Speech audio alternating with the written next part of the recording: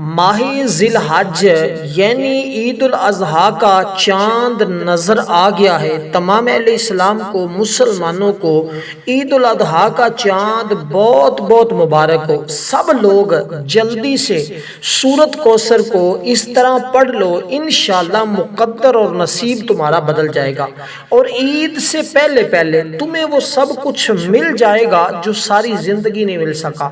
یہ وہ دن ہے جس دن کا پورا سال ہم انتظار کرتے ہیں۔ یہ وہ برکتوں والی رات ہے جس کی لیلۃ القدر کی رات کی طرح فضیلت ہے۔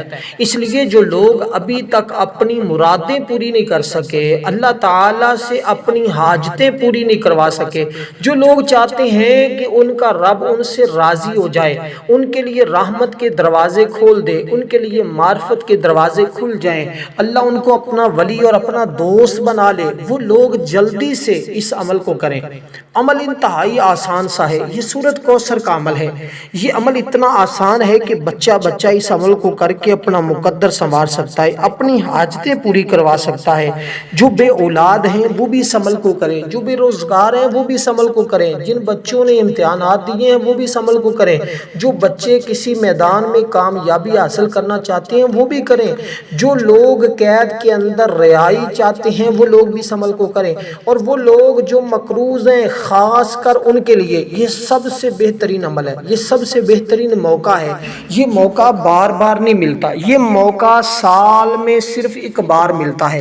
آج وہ موقع آ چکا ہے، آج وہ گھڑیاں آ چکی ہیں، آج وہ لمحات آ چکے ہیں جن کے بارے میں قرآن بھی کہہ رہا ہے وَلَيَالٍ عَشْرٍ۔ اللہ فرما رہا ہے مجھے ان راتوں کی، ان دنوں کی قسم، یہ جو دن اب 10 دن ہے، یہ عشرہ ذو الحج جو کہلاتا ہے، یہ عید والا عشرہ جو کہلاتا ہے، اس کی اللہ تعالیٰ نے 10 دنوں کی قسم کھائی، 10 راتوں کی قسم کھائی۔ اس لیے دوستو یہ وہ بابرکت دن ہے کہ پورے سال میں ان جیسے اور دن نہیں ہوتے۔ دیکھیں اللہ تعالیٰ نے کچھ دنوں کو کچھ دنوں پر فضیلت عطا فرمائی ہے، یہ بات ذہن میں رکھیے گا۔ یہ وہ یعنی کہ مہینہ ہے کہ جس مہینے کو حرمت والا مہینہ کہا جاتا ہے۔ اسلام سے پہلے بھی اس مہینے کا ادب کیا جاتا تھا، احترام کیا جاتا تھا، اس میں جنگیں نہیں لڑی جاتی تھی، جو جنگ لڑتا وہ بہت بڑا گناہ کا کام کرتا تھا۔ جیسے ہی یہ دن آتا ہے، جیسے ہی یہ رات آتی ہے، ایک نیکی کا ثواب 700 نیکیوں کے برابر کر دیا جاتا ہے۔ جب یہ عمل ایک بار پڑھیں گے تو 700 نیکیوں کے برابر ایک ایک لفظ کے پڑھنے پر اتنا اجر و ثواب جس بندے کو ملے وہ اللہ تعالیٰ کا محبوب بندہ بن جاتا ہے۔ جو لوگ اللہ تعالیٰ کو راضی کرنا چاہتے ہیں، جو اللہ کی معرفت اور اللہ کے خزانے حاصل کرنا چاہتے ہیں، جو ساری زندگی نہیں مل سکا، اس عمل کی بدولت وہ اسی رات میں مل جاتا ہے، وہ مقدر میں لکھ دیا جاتا ہے، مقدر کو سنوار دیا جاتا ہے۔ جو لوگ کہتے ہیں میرا تو مقدر ہی بگڑ چکا ہے، آج ان کے پاس موقع ہے اپنے مقدر کو کھولنے کا، اپنے نصیب کو کھولنے کا۔ بے اولاد اس عمل کو کریں، جن کے بالکل گھر کا نظام نہیں چل رہا، جن کے گھروں میں امن نہیں ہے، جن کے گھروں میں سکون نہیں ہے، یا جن کو دشمن پریشان کر رہے ہیں، اور جن کے دشمن اتنے زیادہ دن بدن بڑھتے جا رہے ہیں، اگر وہ چاہتے ہیں ہر بندہ ان سے محبت کرے اور ان کے روحانی، جسمانی، ظاہری، باطنی سب دشمنوں سے نجات مل جائے، وہ لوگ اس سورہ مبارکہ کو اس رات میں ضرور پڑھیں۔ عمل کی طرف میں بڑھتا ہوں، سب سے پہلے ذرا سمجھ لیجئے گا عمل کا طریقہ۔ سب سے پہلے دیکھیں جو چیز اللہ والوں نے بتائی اسی ترتیب کے ساتھ آپ تک پہنچاؤں گا تاکہ ہر شخص اس کو سمجھ کر اس پر عمل کر کے اس کی برکتیں حاصل کر سکے۔ سب سے پہلی چیز ہے اپنے مقدر کو کھولنے کے لیے کیا پڑھنا ہے؟ درود پاک پڑھنا ہے، صرف اور صرف 3 مرتبہ۔ 3 مرتبہ شروع میں درود پاک پڑھنا ہے، 3 مرتبہ لاسٹ پہ آخر میں درود پاک پڑھنا ہے۔ یہ درود ابراہیم ہی پڑھنا ہے جو ہم نماز کے اندر پڑھتے ہیں، کیونکہ اس درود کا تعلق اس مہینے کے ساتھ ہے، خاص ان دنوں کے ساتھ ہے، کیونکہ یہ سنت ابراہیم ہے، اور حج کا مہینہ بھی ہے، اور قربانی کا مہینہ بھی اس کو کہتے ہیں، اس لیے اس میں قربانی بھی ہے، اس میں حج بھی ہے، اس میں یوم عرفہ بھی ہے، اس میں منا بھی ہے، اس میں باقی چیزیں بھی، صفا اور مروہ کی سعی بھی کی جاتی ہے۔ حاجی اس وقت خانہ کعبہ کا طواف کر رہے ہیں۔ انشاءاللہ جب آپ یہ عمل کریں گے اللہ تعالیٰ کئی ایسی چیزیں آپ کو عطا فرمائے گا جو بہت زیادہ قیمتی ہیں، جن کا آپ نے کبھی سوچا بھی نہیں ہوگا۔ انسان کی سوچ سے بڑھ کر اس کو عطا کر دیا جاتا ہے۔ اب آپ نے درود پاک پڑھا، درود پاک کی برکتیں اس قدر زیادہ ہیں کہ جب عمل کے اول درود پاک پڑھا جاتا ہے پھر آخر پڑھا جاتا ہے تو درمیان والی چیزیں جو بھی پڑھی جاتی ہیں اللہ قبول فرما لیتا ہے۔ درود پاک پڑھنے سے پہلے نیت کرنا ضروری ہے۔ جو بھی دنیا کی حاجت ہے، جو بھی دنیا کا مسئلہ ہے، جو بھی تمہارے یعنی کہ جو تمہیں لگتا ہے یہ ناممکن ہے، یہ کبھی ہو نہیں سکتا، اس کا تصور کر لیں۔ آج یقین جانیں، چیلنج کے ساتھ یہ بات کر رہا ہوں، آپ اس عمل کو اسی اعتبار سے اسی طرح کر لیں جیسے آپ کو بتا رہا ہوں۔ اور آپ نے نیت سب سے پہلی چیز ہے۔ دیکھیں حج کے لیے جاتے ہیں تو نیت کرتے ہیں، روزہ رکھتے ہیں تو نیت کرتے ہیں، عمل کے لیے نیت کیوں نہیں کرتے؟ عمل کے لیے نیت کرنا ضروری ہے ورنہ عمل قبول نہیں ہوتا۔ اسی طرح نماز کے لیے نیت کرتے ہیں، باقی جتنے صدقہ خیرات ہوتے ہیں سب کے لیے نیت کی جاتی ہے۔ تو دوستو اس لیے عمل میں کامیابی کے لیے ضروری ہے کہ نیت کی جائے۔ اکثر لوگوں کو دیکھا جاتا ہے وہ نیت نہیں کرتے، جب نیت کے بغیر اعمال کرتے ہیں، وظائف کرتے ہیں، پھر وہ فائدہ نہیں حاصل کر پاتے۔ اس لیے مکمل ویڈیو کو دیکھ کر اول سے آخر سمجھ کر عمل کریں گے تو آپ کو بھی فائدہ ہے، آپ کے لیے نفع بخش ہے، آپ ناکام نہیں ہوں گے، کامیابی آپ کا مقدر ہوگی۔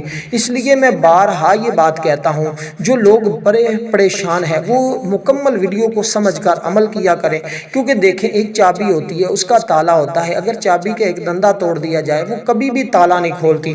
اسی طرح عمل میں کمی پیشی کر دی جائے تعداد میں یا اس کی ترتیب میں تو عمل فائدہ مند نہیں رہ جاتا، پھر صرف ثواب ملتا ہے لیکن جو مقصد ہوتا ہے وہ حاصل نہیں ہوتا۔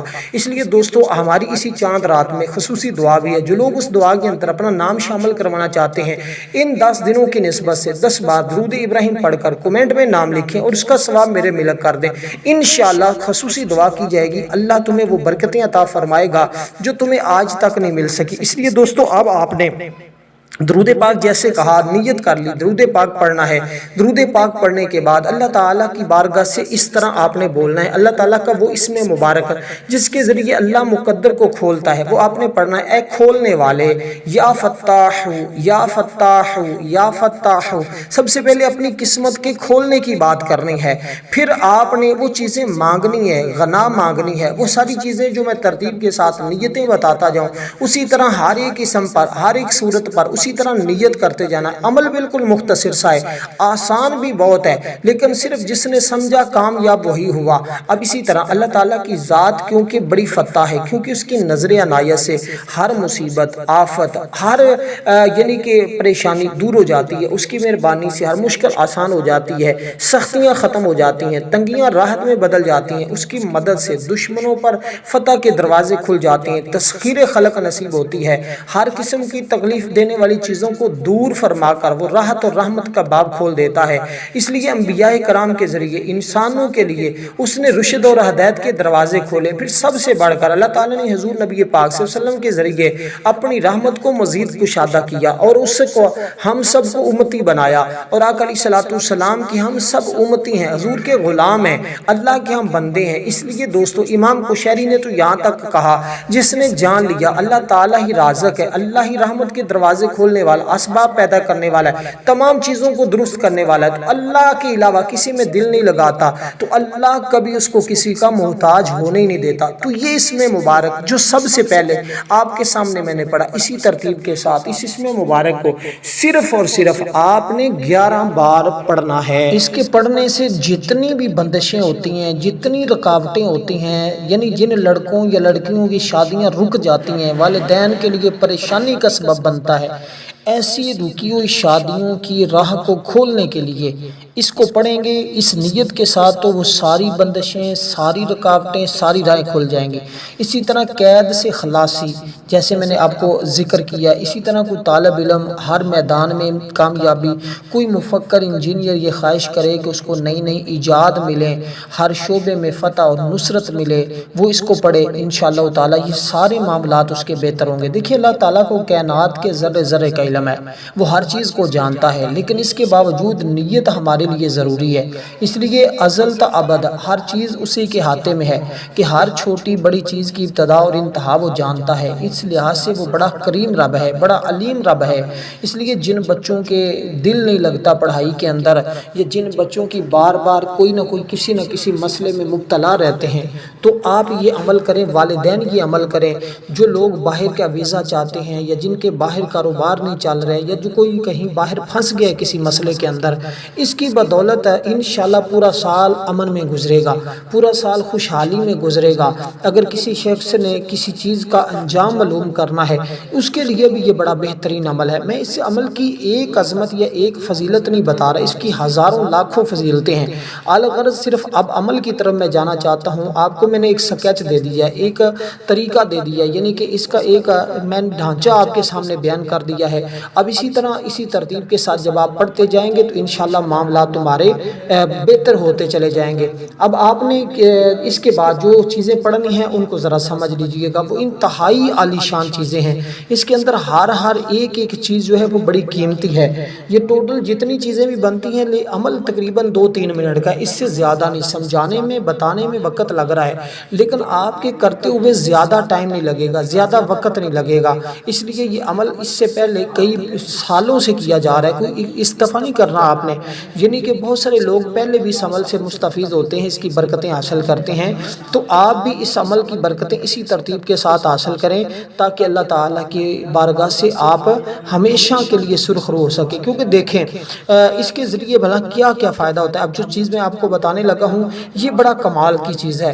دیکھیں معروف معنی میں توبہ، گناہوں کی آلودگی جو ہے، یہ گناہ ہمارے جو ہوتے ہیں نا، اس کی آلودگی کی وجہ سے، ان گناہوں کی وجہ سے بعض اوقات ہمارے جو معاملات ہوتے ہیں وہ بگڑ جاتے ہیں، ہمارے اوپر آزمائشیں آتی ہیں، یا ہمارا نظام خراب ہو جاتا ہے، یا ہمارے اوپر جتنے بھی دکھ، بیماریاں، پریشانیاں آتی ہیں وہ اکثر اوقات ہمارے گناہوں سے آتی ہیں۔ جب ہم اپنے گناہوں سے توبہ کر لیتے ہیں تو اللہ تعالی ہمارے گناہوں کو معاف فرما دیتا ہے۔ جب اللہ گناہ کو معاف فرماتا ہے ہمارے قلب کو دھو دیتا ہے۔ وہ لوگ جو کہتے ہیں ہمارا نماز پڑھنے کو دل نہیں کرتا، ہمارا یعنی کہ کوئی کام کرنے کو، نیک کام کرنے کو دل نہیں کرتا، کوئی پڑھائی کرنے کو، قرآن پڑھنے کو دل نہیں کرتا، یا اس طرح کے جتنے بھی مسائل کے اندر مبتلا ہیں، اس کی بدولت ان کے یہ سارے کے سارے مسائل حل ہو جائیں گے۔ دیکھیں ہمہ وقت گناہوں سے پاک رہنا فرشتوں کی صفت ہے، ہمیشہ گناہوں میں غرق رہنا شیطان کی خصلت ہے۔ گناہوں پر ندامت ہو کر توبہ کرنا، معصیت کی راہ چھوڑ کر جو ہے وہ ہدایت میں قدم رکھنا اولاد آدم کا خاصہ ہے۔ شیطان کیونکہ انسان کا کھلا دشمن ہے، وہ اس کی فطرت میں موجود اعلیٰ تر بلند مقامات اور جاؤ منصب تک پہنچ جانے کی خواہش کی آڑ میں اسے مرتبہ انسانیت سے گرانے کی کوشش کرتا ہے۔ اس لیے اس نے مومن بندوں کو قیامت تک گمراہ کرنے کی قسم کھائی ہے۔ ارشاد باری تعالیٰ، ابلیس نے کہا پروردگار اس سبب سے جو تو نے مجھے گمراہ کیا میں بھی یقیناً ان کے لیے زمین میں گناہوں اور نافرمانیوں کو خوب آراستہ کروں گا اور ان سب کو گمراہ کر کے رہوں گا۔ اللہ تعالیٰ نے فرمایا کہ جو میرا بندہ مجھ سے معافی مانگے گا، مجھے اپنے عزت اور جلال کی قسم میں اپنے اس بندے کو معاف فرما دوں گا۔ حضرت ابو سعید خدری بیان کرتے ہیں شیطان مردود کی اس قسم کا جواب ہے کہ حضور نبی پاک صلی اللہ علیہ وسلم نے فرمایا شیطان نے بارگاہ الہی میں یہ کہا، مجھے تیری عزت کی قسم تیرے بندوں کی روحوں میں جب تک جسموں میں روحیں رہیں گی ان کو گمراہ کرتا رہوں گا۔ اللہ تعالیٰ نے بھی آگے فرمایا مجھے اپنی عزت جلال کی قسم میں اپنے بندوں کو بخشتا رہوں گا، جب بھی وہ معافی مانگے میں ان کو بخش دوں گا۔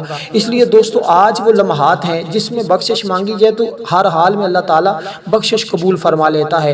اس لیے دوستو اس کے لیے جنت کے دروازے کھول دیے جاتے ہیں، اس کے مال اور اولاد میں بے حساب برکت داخل کر دی جاتی ہے، بے حساب برکت دے دی جاتی ہے۔ اب جو الفاظ آپ نے پڑھنے ہیں توبہ استغفار کرنے والے پر اللہ تعالیٰ رب العزت کی رحمتوں کے دروازے کھلتے۔ اس بات کا اظہار کرتے ہوئے حضرت نوح علیہ السلام نے اپنی قوم سے مخاطب ہو کر فرمایا تھا، پھر میں نے کہا تم اپنے رب سے بخشش طلب کرو، بے شک وہ بڑا بخشنے والا ہے، وہ تم پر بڑی زوردار بارش بھیجے گا اور تمہارے مدد اور اموال اور اولاد کے ذریعے فرمائے گا، تمہارے لیے باغات اگائے گا، تمہارے لیے نہریں جاری فرما دے گا۔ اس لیے یہ ایک عمل کے ذریعے لاکھوں فائدے حاصل کرنے کے لیے آپ نے اس عمل کو ضرور ضرور کرنا ہے۔ اس لیے اب دوستو آپ نے یہ کلمات پڑھنے ہیں، استغفر اللہ ربی من کل ذنب واتوب الیہ، استغفر اللہ ربی من کل ذنب واتوب الیہ۔ یہ اتنے سے الفاظ ہیں، اس کے اندر توبہ بھی ہے، اس کے اندر گناہوں سے معافی بھی ہے۔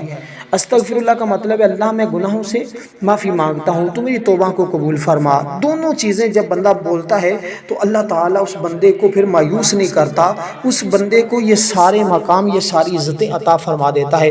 توبہ سے غافل رہنے والوں کے لیے بڑی وعید ہے، بہت زیادہ وعید ہے۔ جو لوگ اپنے گناہوں پر ندامت ہو کر اللہ سے بخشش اور مغفرت کا سوال نہیں نہ کرتے، غفلت کے مظاہرہ کرتے ہوئے توبہ نہیں کرتے، ان کے لیے قرآن و سنت میں سخت وعید ہے۔ ارشاد باری تعالیٰ جس نے توبہ نہیں کی سو وہی لوگ ظالم ہیں، ان کو ظالم کہا گیا، اس لیے ظالموں کی صف میں نہ آئیں بلکہ اللہ کے بندوں کی صف میں آئیں۔ اس لیے آج اس عمل کو کر کے آپ اللہ کے بندوں کی صف میں آ سکتے ہیں۔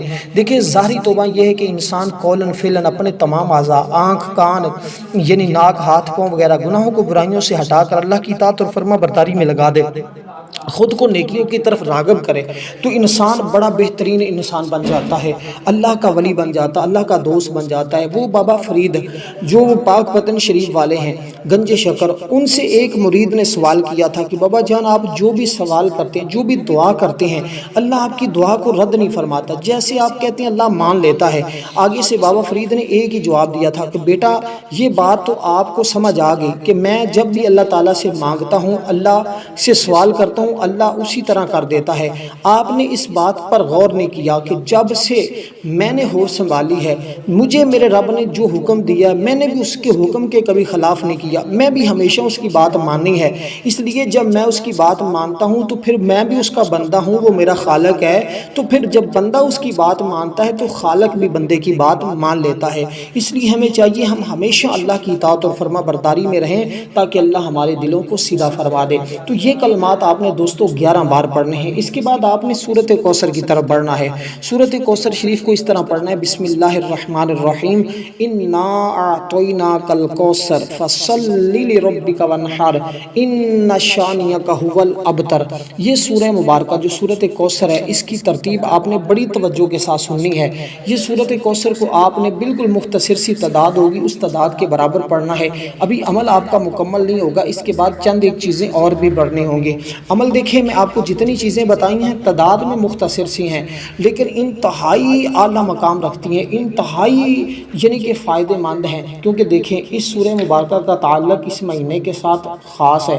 اس بات کا آپ کو پتہ ہونا چاہیے، اور اس بات کا بھی آپ کو پتہ ہونا چاہیے کہ ماہ ذو الحج کے پہلے 10 دنوں میں بڑے بڑے عظیم واقعات رونما ہوئے ہیں، جیسے کہ اس میں یوم الاضحیٰ قربانی کا دن ہے۔ جو شخص اس دن میں قربانی کرے اس کی قربانی کے خون کے پہلے قطرے کے زمین پر گرنے کے ساتھ ہی اللہ تعالیٰ قربانی کرنے والے اس کے اہل و عیال کے تمام گناہوں کو معاف فرما دیتا ہے۔ جو شخص اس دن کسی مومن کو کھانا کھلائے یا اس پر صدقات میں کوئی چیز صدقہ کرے، اللہ تعالیٰ اسے قیامت کے دن ہر خوف سے امن دے کر اٹھائے گا، اور اس کا میزان جبل احد سے بھی زیادہ وزنی ہوگا، یعنی جو اس کا میزان ہوگا، جو اس کی نیکیاں ہوں گی اس سے بھی زیادہ وزنی ہوگی۔ حضرت سفیان ثوری رحمۃ اللہ علیہ فرماتے ہیں میں نے عشرہ ذو الحج کی ان راتوں میں بصرہ کے اندر مسلمانوں کے قبرستان کے ارد گرد چکر لگایا تو اچانک میں نے ایک آدمی کی قبر میں نور دیکھا، میں سوچو بچار میں کرتے ہوئے ٹھہر گیا۔ اسی دوران کسی کہنے والے نے بلند آواز کے ساتھ کہا، اے سفیان آپ ذو الحج کے 10 دنوں کے روزے رکھنا شروع کر دیں، یہ نور آپ کو بھی اللہ تعالیٰ عطا فرما دے گا۔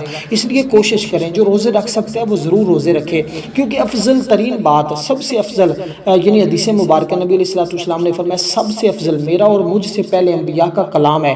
آپ نے جو ان 10 دنوں میں کلام کہنے کے لیے فرمایا وہ یہ تھا، لا الہ الا اللہ وحدہ لا شریک لہ۔ یہ کلمات آپ نے آقا علیہ السلام نے ادا فرمایا یہ بہترین کلمات ہیں۔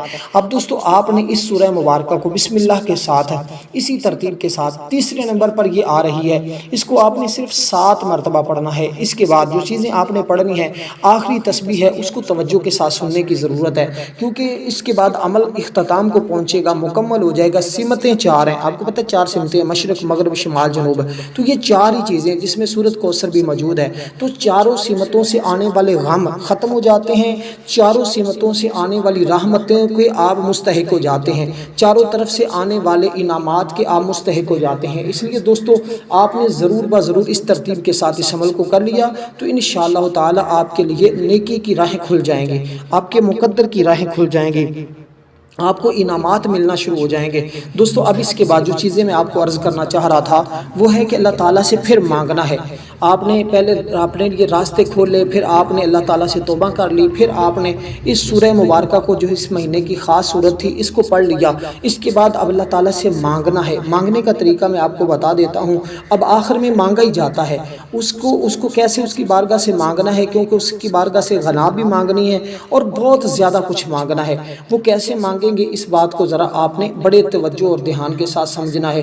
اب سب سے پہلے جس اسم پاک کے ساتھ جس کے ذریعے آپ نے مانگنا ہے نا، وہ ہے اے بہت زیادہ دینے والے، بہت زیادہ عطا کرنے والے، اور اللہ سے بڑھ کر کوئی کسی کو عطا نہیں کرتا، اس سے زیادہ کوئی کسی کو دے نہیں سکتا۔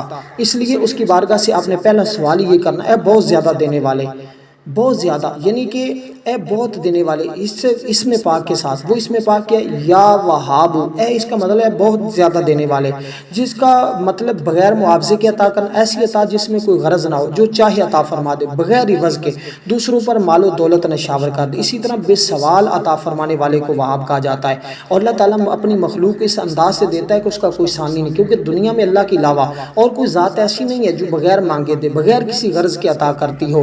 یہ اللہ تعالیٰ کی صفت ہے۔ غربت اور تنگ دستی کا حل اسی کے اندر ہے، غربت اور تنگی رزق کا حل اسی عمل کے اندر موجود ہے۔ اس لیے اضافہ مال کا یہ سب سے بہترین عمل ہے۔ شادی کے لیے، اصول مال کے لیے، کشادگی رزق کے لیے، ادائیگی قرض کے لیے، بہت سارے مسائل کے لیے یہ سب سے بڑا عمل ہے۔